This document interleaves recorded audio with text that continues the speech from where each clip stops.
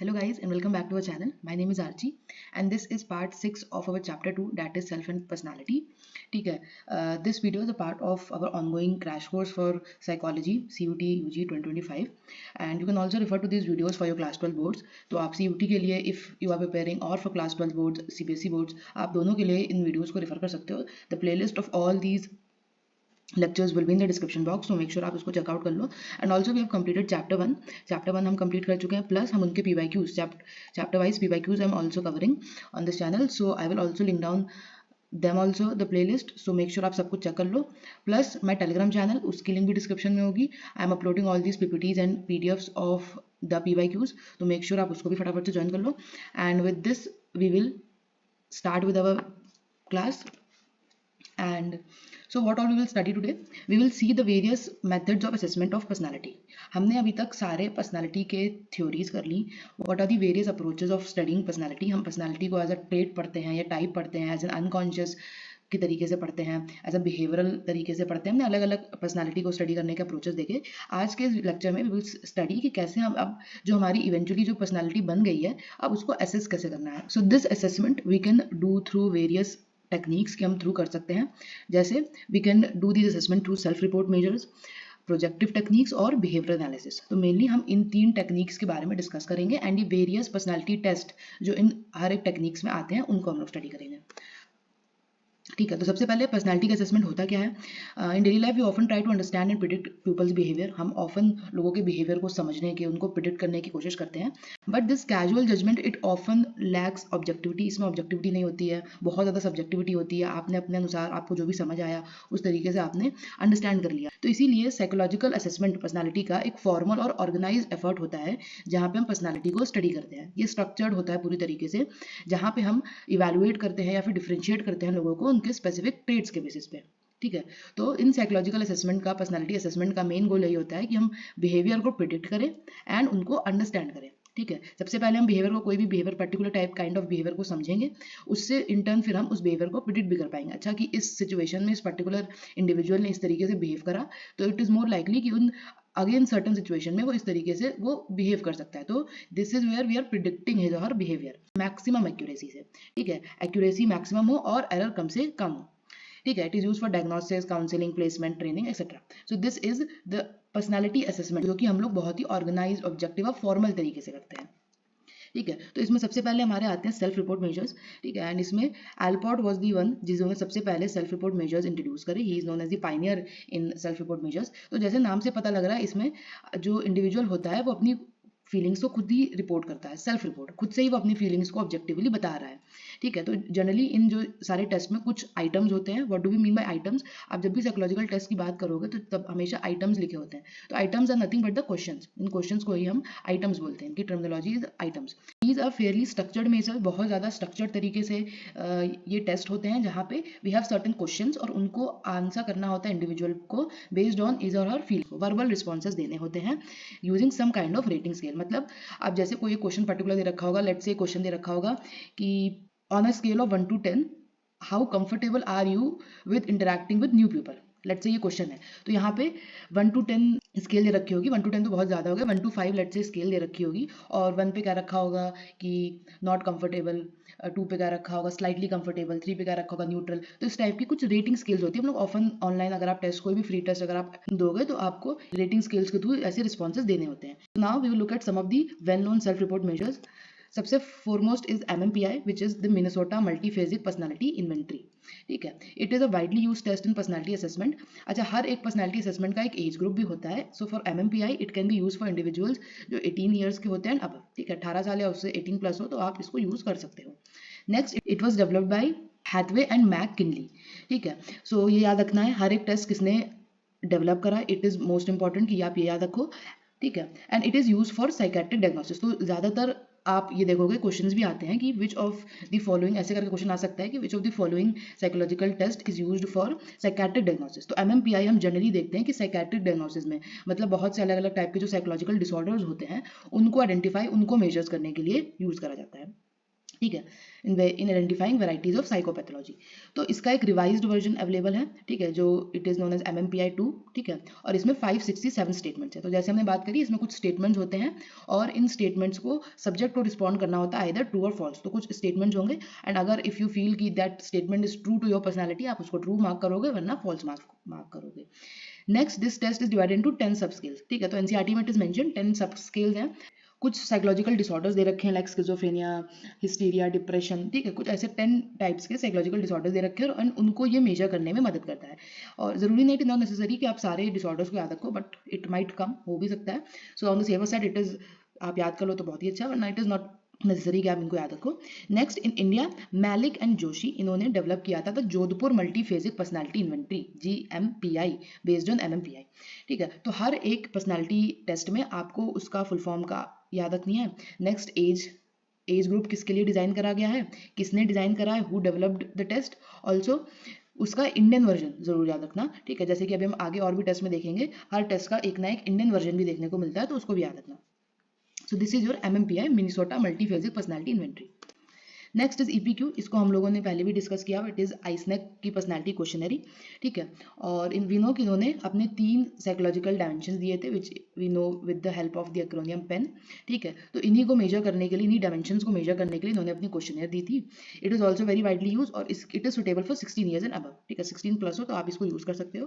3 कौन कौन से डायमेंशन है, इंट्रोवर्ट और एक्सट्रोवर्ट, इमोशनली स्टेबल और emotionally unstable which is your neuroticism, ठीक है, and third dimension is psychoticism, ठीक है, जहाँ पे आपका बिहेवियर इज इनसेंसिटिव और रूल ब्रेकिंग डिफिएंट बिहेवियर होता है।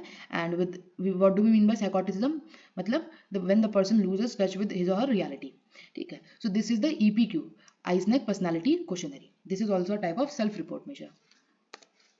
Next and last is the 16 PF personality questionnaire, ये कैटल ने डेवलप करी थी, ठीक है।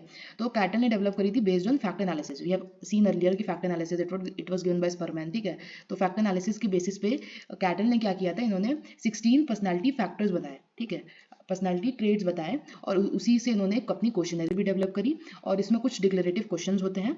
The subject responds to a specific situation by choosing from a set of given alternatives, मतलब एक स्पेसिफिक सिचुएशन दे रखी होगी एंड उसमें ये आपसे पूछा जाता है कि आप किस तरीके से बिहेव करोगे, ठीक है। तो एक क्वेश्चन होगा, उसमें एक क्वेश्चन में एक सिचुएशन डिस्क्राइब होगी और फिर कुछ अल्टरनेटिव्स कुछ दे रखे होंगे और उसमें से आपको चूज करना होगा, ठीक है। So this test can be use for high school students as well as adults and it has been found extremely useful in career guidance, vocational exploration and occupational testing. So these was all your self report measures. जहाँ अब इसके कुछ limitations भी होते हैं। Limitation सबसे पहले क्या है, सोशली डिजायरेबिलिटी, ठीक है। ऑफन ऐसा हो सकता है कि जो रिस्पॉन्डेंट है, जो सब्जेक्ट है, वो आंसर करे एक सोशली डिजायरेबल वे में, मतलब लेट्स से एक इंडिविजुअल है, उसके बहुत सेक्सुअल डिजायर्स हैं, ठीक है, but because this is not socially acceptable, तो वो अपने आप को एक बहुत ही रिलीजियस पर्सन दिखाएगा या अपने आप को एक सोशली डिजायरेबल वे में दिखाएगा, ठीक है।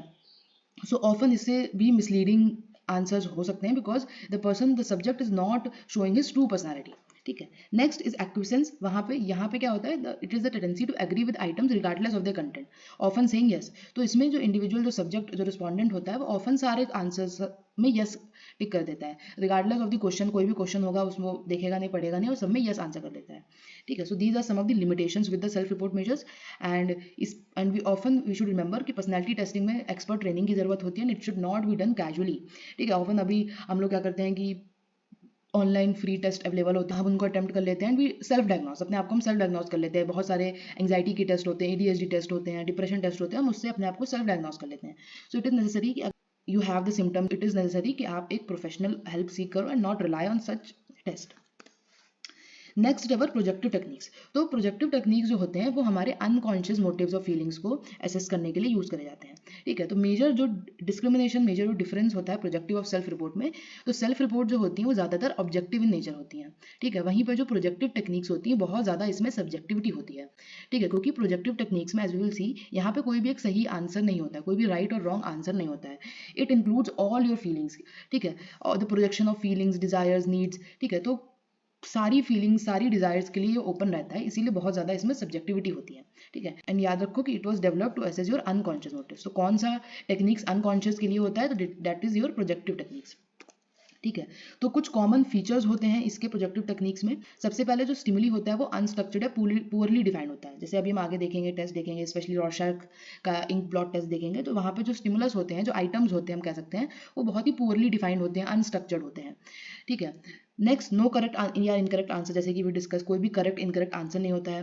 Person isn't told about purpose, scoring और इंटरप्रिटेशन, उसको कुछ भी डिस्क्लोज नहीं करा जाता है। Each person reveals a significant aspect of personality, और जो भी तुम्हारा रिस्पॉन्स होगा उससे तुम्हारी एक पर्सनैलिटी का सिग्निफिकेंट एस्पेक्ट रिवील होगा। तो हर टाइप के रिस्पॉन्सेज यहाँ पे वेलकम है। ठीक है। But scoring is quite lengthy, subjective and it needs rigorous training. काफ़ी लेंदी होते हैं प्रोजेक्टिव टेक्निक्स और काफ़ी सब्जेक्टिविटी होती है इनमें, जैसे कि we talk. So the first, and it is the important one, which is the Rorschach ink block test. It was developed by Herman Rorschach, इन्होंने डेवलप करा था। ठीक है, इंपॉर्टेंट है, याद रखना नाम। So it consists of 10 ink blots. 10 ink blots होते हैं। इंक ब्लॉट्स क्या होते हैं? बचपन में हम लोग को एक्टिविटी नहीं कराई जाती है कि एक पेज पे हम लोग इंक ड्रॉप कर देते हैं and then folding the paper in half, फिर उस पेपर को हाफ में फोल्ड कर देते हैं तो एक शेप टाइप का बन जाता है, तो that is the ink blots. तो यहाँ पे 10 इंक ब्लॉट्स कार्ड्स होते हैं। ठीक है, 10 इंक ब्लॉट्स कार्ड होते हैं, 5 black and white, 2 with red ink and 3 with in pastel colours. और ये ब्लॉट्स ऑफन सिमेट्रिकल होते हैं। क्यों सिमेट्रिकल? कैसे? कि क्योंकि हमने पेज को फोल्ड करके फिर बनाया, तो ऑफन दोनों ही साइड ऑफ द पेज पे सिमेट्रिकल हमको डिजाइन देखने को मिलती है, एक स्पेसिफिक शेप या फिर फॉर्म में। और ये एक 7x10 इंच का वाइड कार्डबोर्ड, उसके सेंटर पे ये प्रिंट करे जाते हैं। ठीक है, तो ये कुछ स्ट्रक्चर था स्टिमुली का, कैसा होता है। और अब इसको एडमिनिस्टर कैसे किया जाता है? 2 फेजेस में एडमिनिस्टर किया जाता है। सबसे पहले परफॉर्मेंस प्रॉपर, मतलब हम इसमें जो सब्जेक्ट होता है वो ये बताता है कि वो हर एक ब्लॉट में, हर एक इंक ब्लॉट में क्या देख रहा है। ठीक है, तो यहाँ पे जो सब्जेक्ट है उसकी परफॉर्मेंस को असेस किया जाता है। फिर जो भी वो रिस्पॉन्स देगा उस रिस्पॉन्स को इंटरप्रेट किया जाता है, and this is the inquiry, जहाँ पे डिटेल रिपोर्ट जो बनाई गई है उस इंडिविजुअल की is prepared by asking where, how and on what basis the response was made. तो उसकी एक डिटेल रिपोर्ट बनाई जाती है। ठीक है, तो इसमें भी एज वी सो कि एक्सटेंसिव ट्रेनिंग की जरूरत है, क्योंकि इसमें सब्जेक्टिव इंटरप्रिटेशन होता है उस सारे रिस्पॉन्सेज का। सो यहाँ पे आप देख सकते हो ये रॉर्शच इंक ब्लॉट टेस्ट है, जहाँ पे हमने बात करी थी 10 कार्ड होते हैं, 5 ब्लैक एंड व्हाइट होते हैं, 2 रेड इंक के साथ होते हैं एंड 3 पेस्टल कलर्स होते हैं। तो ऐसे कुछ ये इंक ब्लॉट्स बनाए जाते हैं एंड हर एक, देखो यहाँ पे जो स्टिमुलस है काफ़ी पुअरली डिफाइंड है, अनस्ट्रक्चर्ड सी है। और ये कार्ड आपको दिखाए जाएंगे, फिर आपसे पूछा जाएगा कि आपको क्या समझ आ रहा है इसको देख के। जैसे इसको, इस वाले इंक ब्लॉट को देख के समझ आ रहा है कि एक कोई बटरफ्लाई है या फिर एक बैट जैसा फिगर बना हुआ है। ठीक है, यहाँ पे वोल्फ दिखाई दे रहा है या ह्यूमंस भी दिखाई दे सकते हैं। तो ऐसे हर एक इंक ब्लॉट से रिस्पॉन्सेज कलेक्ट करे जाते हैं एंड फिर उसके बेसिस पे आपकी पर्सनैलिटी को एसेस किया जाता है। So this was the Rorschach ink blot test. Next is the thematic appreciation test. ठीक है, so it was developed by Morgan and Murray, again नाम याद रखो। So it is a little more structured than the ink blot test and it is the famous test जो आप ज़्यादातर बहुत सारे गवर्नमेंट इंटरव्यूज़ में भी देखने को मिलता है। इस टेस्ट का यूज़ किया जाता है, जैसे कि जब आप एसएसबी देने जाते हो फॉर सीडीएस, तो वहाँ पे थीमेटिक अप्रिसिएशन टेस्ट यूज़ करा जाता है, जहाँ पे क्या होता है कि this is your thematic appreciation test, कि आपको एक कार्ड प्रोवाइड कर दिया जाएगा। ठीक है, और उस कार्ड के बेसिस पे आपको स्टोरी बनानी होती है, उस कार्ड के बेसिस पे आपको एक स्टोरी बनानी होती है। तो यहाँ पे 30 black and white picture cards provide करे जाते हैं और एक ब्लैंक कार्ड होता है। ईच कार्ड डिपिक्ट्स वन और more people in different situation, जैसे अभी हमने देखा इमेज में कि अलग अलग सिचुएशंस, अलग अलग लोग हमें दिखाई देते हैं हर एक कार्ड में। यूजुअली 20 कार्ड्स यूज हो जाते हैं, कभी कभी 5 से भी काम हो जाता है। जनरली 30 से कम ही कार्ड्स में हम पर्सनैलिटी को असेस कर लेते हैं। ठीक है, तो सब्जेक्ट को एक स्टोरी बतानी होती है कि उस सिचुएशन में क्या हो रहा है, आगे क्या होगा, कैरेक्टर्स क्या है, मेन एलिमेंट कौन है स्टोरी का, एक हीरो बताना होता है। ठीक है, हर एक कार्ड से an number of stories interpretations develop हो सकते हैं। जैसे इस इमेज से what you can interpret, comment down. ठीक है, जो भी आपका इंटरप्रिटेशन हो प्लीज कमेंट डाउन इन एक दूसरे की स्टोरीज जस्ट फॉर फन हम लोग पढ़ेंगे। ठीक है, सो नेक्स्ट उमा चौधरी, इन्होंने Indian adaptation of TAT develop करा था। ठीक है, तो इसको भी नाम को याद रखना। So this was the thematic appreciation test.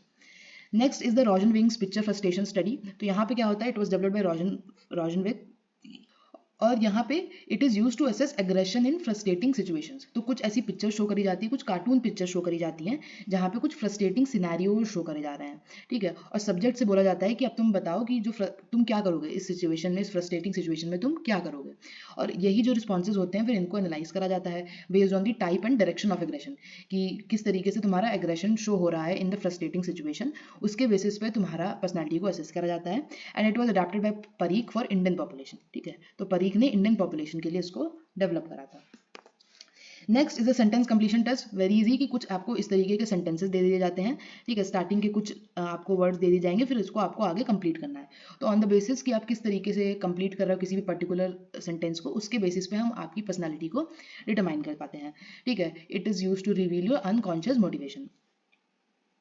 तो this is the sentence completion test. Next draw person test, यहाँ पे एक सिंपल टेस्ट है जहाँ पे आपको एक शीट ऑफ पेपर पे आपको एक पर्सन को ड्रॉ करना होता है। पहले आपको बोला जाएगा कि आप अपने एक सेम सेक्स पर्सन को ड्रॉ करो, आफ्टर दैट आपको बोला जाएगा कि अपोजिट सेक्स पर्सन को ड्रॉ करो, ठीक है। ऑन द बेसिस ऑफ कि आपने किस तरीके से पर्सन को ड्रॉ करा है, क्या आपकी ड्राइंग थी क्या, उस तरीके से फिर आपकी पर्सनैलिटी को असेस किया जाता है, ठीक है। जैसे इफ़ तुम्हारी जो ड्राइंग है उसमें फेशियल फीचर्स नहीं है, ठीक है, जो तुमने ड्राइंग बनाई, कोई एक पर्सन बनाया, उसके फेशियल फीचर्स नहीं है, तो इससे हम ये इंटरप्रेट कर सकते हैं कि you are avoiding your conflict ridden relationships, तुम अपने जो कॉन्फ्लिक्ट वाली रिलेशनशिप्स है उनको अवॉइड करना चाह रहे हो। या फिर अगर नेक पे बहुत ज़्यादा एम्फेसिस किया गया है, नेक को बहुत डिटेल तुमने ग्राफिकली ड्रॉ किया है, तो इससे ये सजेस्ट कर सकता है कि तुम इंपल्स कंट्रोल लैक करते हो, ठीक है। और अगर तुम्हारे पर्सन ने बहुत ही बड़ा हेड है, डिस्प्रोपोर्शनेटली बहुत बड़ा हेड है as compare to the whole body, तो it can indicate brain issues हैं या फिर headaches, preoccupation with headaches. तो this is also use to assess personality, और मेजरली ये भी एक सब्जेक्टिव इंटरप्रिटेशन होता है पर्सनैलिटी का। नेक्स्ट आ रहा है बिहेवियरल एनालिसिस। बिहेवियरल एनालिसिस में हम एक इंडिविजुअल के बिहेवियर को एनालाइज करते हैं इन वैरायटी ऑफ सिचुएशन, अलग अलग सिचुएशन में एक इंडिविजुअल किस तरीके से बिहेव करेगा, एंड इसके बेसिस पे हम उसकी पर्सनैलिटी को एसेस करते हैं, ठीक है। तो इसमें बहुत सारे तरीकों से हम लोग डेटा को कलेक्ट कर सकते हैं, इंटरव्यू के बेसिस पे, observation, ratings, nomination and situational test. सबसे पहले इंटरव्यू क्या होता है। इंटरव्यू मोस्ट कॉमन तरीका होता है, हमने चैप्टर 1 में भी डिस्कस करा था, ठीक है। तो इंटरव्यू में जहाँ पे हम इंडिविजुअल से बात करते हैं, कुछ स्पेसिफिक क्वेश्चंस उससे पूछते हैं। जैसे इंटरव्यूज अनस्ट्रक्चर्ड भी हो सकते हैं और स्ट्रक्चर्ड भी हो सकते हैं। अनस्ट्रक्चर्ड इंटरव्यूज क्या होते हैं, जहाँ पे कोई भी प्रॉपर स्ट्रक्चर नहीं होता है इंटरव्यू का, मतलब ऑन द बेसिस ऑफ किस तरीके से फ्लो हो रहा है इंटरव्यू, उस बेसिस पे हम बात करते जाते हैं। जैसे कि ऑफन जो पॉडकास्ट वगैरह we often listen on YouTube या वेरियस स्ट्रीमिंग प्लेटफॉर्म्स, वो ये पॉडकास्ट जनरली अनस्ट्रक्चर्ड इंटरव्यूज होते हैं कि on the based on the flow of the conversation हम क्वेश्चंस पूछते जाते हैं जो इंटरव्यूअर होता है, ठीक है। Next is the structured interview. Structured interview एक स्पेसिफिक प्री डिसाइडेड इसमें क्वेश्चंस होते हैं, प्रॉपर स्ट्रक्चर होता है, फिक्स क्वेश्चंस होते हैं कि यही फिक्स क्वेश्चंस आपसे पूछे जाएंगे, एंड ये ऑब्जेक्टिव कंपैरिजंस के लिए यूज करा जाता है। तो स्ट्रक्चर्ड इंटरव्यू में हम लोग ये लेस डेप्थ होते हैं, मतलब लेस डीप होते हैं, ज़्यादा डेप्थ में ये पर्सनालिटी को एसेस नहीं कर पाते हैं, क्योंकि स्ट्रक्चर्ड है, बहुत ज़्यादा फिक्स्ड क्वेश्चन है, फिक्स प्रोसीजर फॉलो कर रहा है। वहीं पर जो अनस्ट्रक्चर्ड है ये डेप्थ एनालिसिस कर पाते हैं, बिकॉज इसमें कोई भी स्ट्रक्चर्ड क्वेश्चन नहीं होते हैं। Next is observation. ऑब्जर्वेशन में हम लोग किसी भी एक इंडिविजुअल के बिहेवियर को ऑब्जर्व कर रहे होते हैं, ठीक है। यूजुअली हम डे टू डे लाइफ में करते हैं इसको, बट अनलाइक कैजुअल ऑब्जर्वेशन, इसमें हम लोग साइकोलॉजिकली या फिर जब we use for personality assessment जब हम करते हैं तो इसके लिए स्पेशलाइज ट्रेनिंग की ज़रूरत होती है।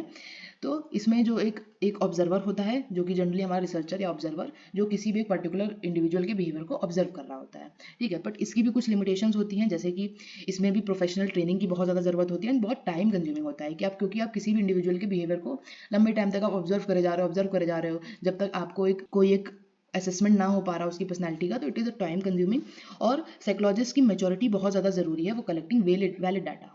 नेक्स्ट, ऑब्जर्वर्स प्रेजेंस में influence behaviour affecting the accuracy of the data, कि ऑब्जर्वर के प्रेजेंस से इफ देखो ऑब्जर्वेशन भी दो टाइप्स के हो सकते हैं, जहाँ पे पहले ऐसा ऑब्जर्वेशन जहाँ पे जो इंडिविजुअल है उसको पता है कि ही और शी इज बीइंग ऑब्जर्व्ड, ऐसे भी ऑब्जर्वेशंस होते हैं। तो यहाँ पे इफ द इंडिविजुअल नो कि उसको ऑब्जर्व किया जा रहा है, तो इट इज़ लाइकली कि वो एक डिजायरेबल तरीके से बिहेव करेगा, वो अपनी ट्रू पर्सनैलिटी को नहीं रिवील करेगा। बट बहुत सारे ऑब्जर्वेशन ऐसे होते हैं जहाँ पे जो ऑब्जर्वर होता है वो भी एक पार्टिसिपेंट की तरह ही एक्ट करता है, एंड वो नहीं रिवील करता है कि I am the one who is observing you, ठीक है। तो यहाँ पे इट इज़ लाइकली कि वो अपनी ट्रू पर्सनैलिटी को जो इंडिविजुअल है वो शो करे। तो ऑब्जर्वर के इस तरीके से ऑब्जर्वर के प्रेजेंस भी बिहेवियर को इन्फ्लुएंस कर सकते हैं। Next are your behavioural ratings. Behavioural ratings ये कॉमन होते हैं एजुकेशनल और इंडस्ट्रियल सेटिंग्स में। इसमें क्या करते हैं हम लोग, इसमें रेटिंग्स ली जाती हैं, ठीक है। इसमें रेटिंग्स ली जाती हैं from people who know the individual well, ठीक है। जैसे हमने तुम्हारी बिहेवियरल रेटिंग्स तुम्हारे फ्रेंड से ली, तुम्हारे क्लासमेट से, तुम्हारे टीचर से, तुम्हारे पेरेंट्स से, ठीक है। तो उन्होंने तुमको ऑब्जर्व कर रखा होता है बहुत टाइम तक, उन्होंने तुम्हारे साथ टाइम स्पेंड कर रखा होता है, तो दे नो यू वेल। तो हम उनसे तुम्हारे बिहेवियर के रिगार्डिंग, बिहेवियर के बेसिस पे हम उनसे कुछ रेटिंग्स लेते हैं, ठीक है। बट बहुत ज़्यादा नंबर्स का यूज़ होना या वेग एडजेक्टिव्स के यूज़ होने से ऑफन रेटर्स कंफ्यूज हो सकते हैं, तो इसीलिए जो क्लियरली डिफाइंड ट्रेट्स का यूज़ होना चाहिए बिहेवियर को रेट करने के लिए।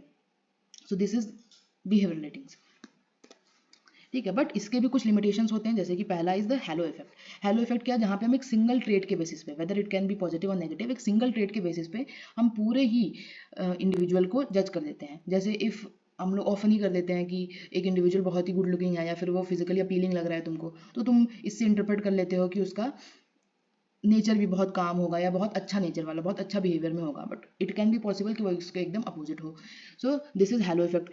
Next is the middle category bias. Middle category bias जहाँ पे हम लोग सिर्फ मिडिल ऑप्शंस को चूज करते जाते हैं। ठीक है, अगर 1 से लेकर 5 तक हम सिर्फ मिडिल ऑप्शंस को चूज कर रहे हैं। एक्सट्रीम रिस्पॉन्स बायस, यहाँ पे हम सिर्फ एक्सट्रीम एंड्स को, स्केल के एक्सट्रीम एंड्स को सिर्फ चूज कर रहे हैं, मिडिल को छोड़ के एक्सट्रीम एंड्स पे ज़्यादा फोकस कर रहे हैं।